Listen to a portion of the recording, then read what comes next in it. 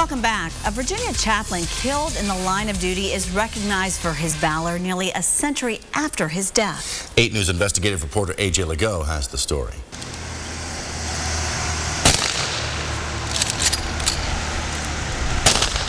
So today we're here not to just honor a truly great American, but we're here to honor a soldier's chaplain.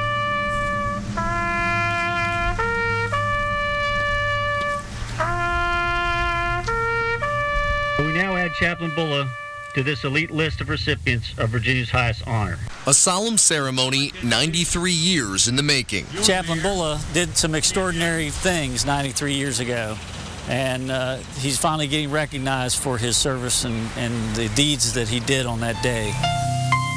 October 15th, 1918, the Meuse-Argonne in France. World War I is in its waning days, but the Virginia National Guard's 2nd Battalion, 116th Infantry, finds itself in the thick of battle.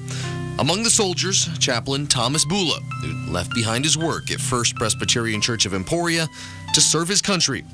Bulla's commanders soon learn he's no ordinary chaplain. Chaplains don't typically get out on the battlefield and go into harm's way. But that's just what Bulla did. There are several battlefield accounts of him disregarding his own safety and regulations by going to the frontline trenches to give spiritual and physical comfort to the wounded. He was out there ministering to his soldiers and being out there in the middle of the fight. That's something special to know that he was there for his comrades in arms. But his bravery and faith would cost him. To aid the wounded, he ran into no man's land.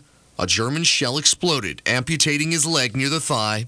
He died 2 days later. He went above and beyond. He didn't have to run out there in no man's land to be trying to save the wounded. That wasn't his job. Despite his sacrifice and bravery, Chaplain Bulla received no credit from the military. None of the records indicated he's ever received any recognition for what he did. In 1923, Bulla's old church in Emporia honored his legacy with a stained glass window, and a historical marker stands outside by the road.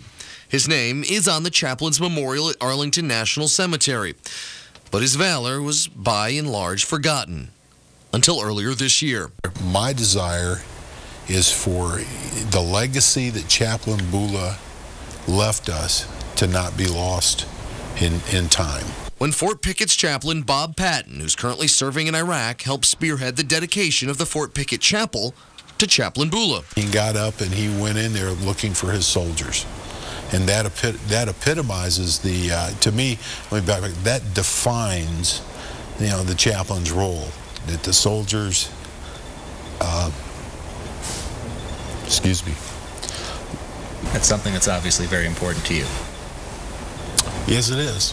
With Chaplain Patton serving Virginia's soldiers on another battlefield, Fort Pickett historian John Listman and post commander Colonel Tom Wilkinson picked up the gauntlet, pushing for Bulla to finally receive the recognition he deserved. That brings us back to Emporia on the 93rd anniversary of Bulla's death. It recognizes Chaplain First Lieutenant Bulla for his dedication above the call of duty by this presentation of the Virginia Distinguished Service Medal, the Commonwealth's highest award. As Bulla's heirs and members of his church's congregation gather for a posthumous awarding of the Virginia Distinguished Service Medal. It's a very rare award within the Virginia National Guard. For valor in combat until today, it's only been presented 7 times. Chaplain Bulla's nephew received the medal on his long-dead uncle's behalf. I would like to tell him that what he did for God and his country will never be forgotten. Chaplain Bulla's medal has been donated by his family to hang in the Fort Pickett Chapel down in Blackstone, Virginia, that's now named in his honor. A.J. Lagoe, 8 News.